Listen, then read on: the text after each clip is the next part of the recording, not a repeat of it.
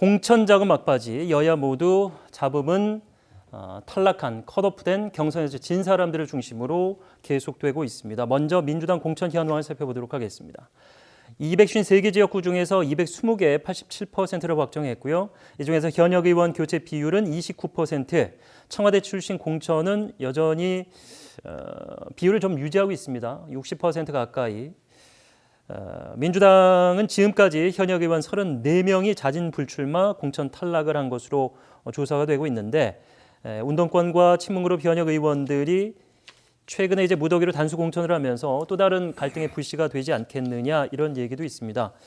그런데 생각만큼 이 집권당에서의 공천 잡음이 그렇게 막 크다, 심하다 이런 느낌은 좀 없는 것 같아요. 그러니까 두 당을 비교를 하면은 미래통합당에 비해서 공천 잡음은 민주당이 오히려 좀 없는 것 같아요. 네. 그리고 뭐 친문, 그다음에 586 청와대 출신 중심의 공천이라고는 하지만 그거는 나중에 이제 유권자가 판단할 일이고 이 안에서 쏟아져 나오는 불만 같은 경우에도 예를 들어서 뭐 민병두 의원 4년 전 이해찬과 같은 심정이라고 하는데 그 미투 논란 나왔을 때 본인이 제대로 해명을 못한 부분이 있고 신경민 의원도 양심상 뭐 지지를 못한다 그랬지 뭐 어떤 법적인 문제를 지금 삼은 것도 아니고요. 저기서 뭐 권양숙 여사까지 중간에 등장을 하기도 했습니다만 저희가 뭐 논의했었죠. 뭐 감정 싸움하고 면접 후에. 그리고 유승희 의원 같은 경우에는 뭐 법원에 증거 보전 신청을 했다고 그러는데 이게 뭐냐면은 공천위원 중에 한 명이 모 정치 컨설팅 회사의 최대 주주가 있었다는 거예요.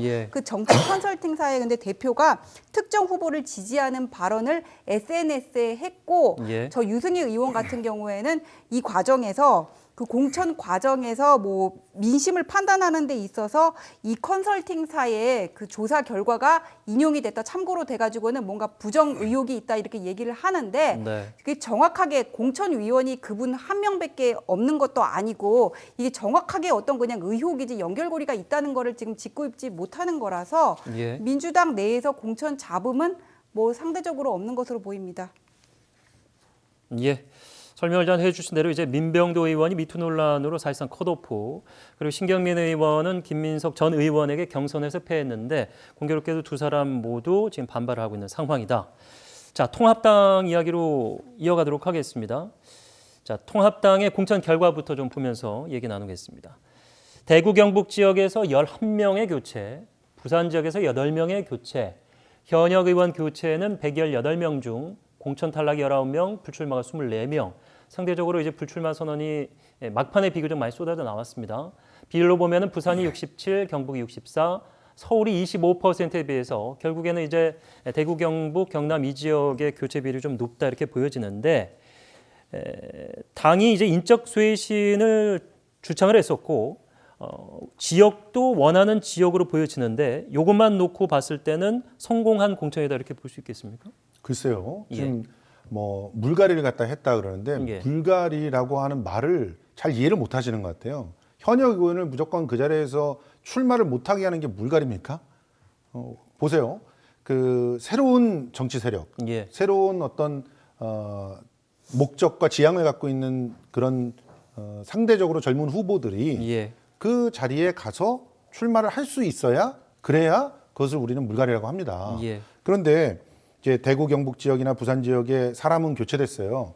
사람은 교체됐는데 그런데 결과적으로 거기에 들어간 사람들을 보면 뭐 누구의 비서라는 얘기가 나오고 또 어떤 그 특정한 정치 세력들을 그냥 일방적으로 학살한 그런 모습들이 보인단 말이죠. 그리고 대권가도 특히 황교안 대표의 대권가도에 건립들이 될 만한 사람들 다 쳐버린 거예요.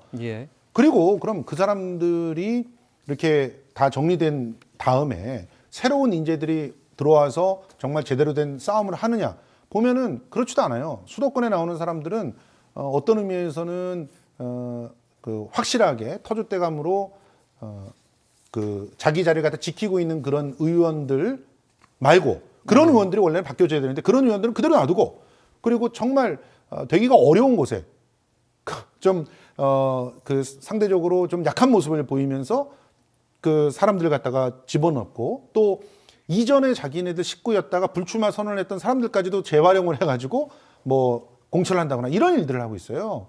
그러니까 이거는 뭐 어느 언론사에서 그랬지만 돌려막기 공천이 아니냐 이런 얘기가 나올 정도로 인재풀이 너무 좁다라는 얘기밖에 안 나오는 그런 상황인데 예. 전 의원이었다 전에 한번 나왔다가 탈락했다 이런 사람들을 데려다 쓰는 것보다는 정말 새로운 변혁의 어떤 옷 색깔이 바뀐 것처럼 변혁의 색깔들이 확실하게 들어가 있는 공천들이 이루어져야 물갈이라고 할 수 있는데 그런 부분들이 굉장히 예. 아쉽게 느껴지는 것이고요.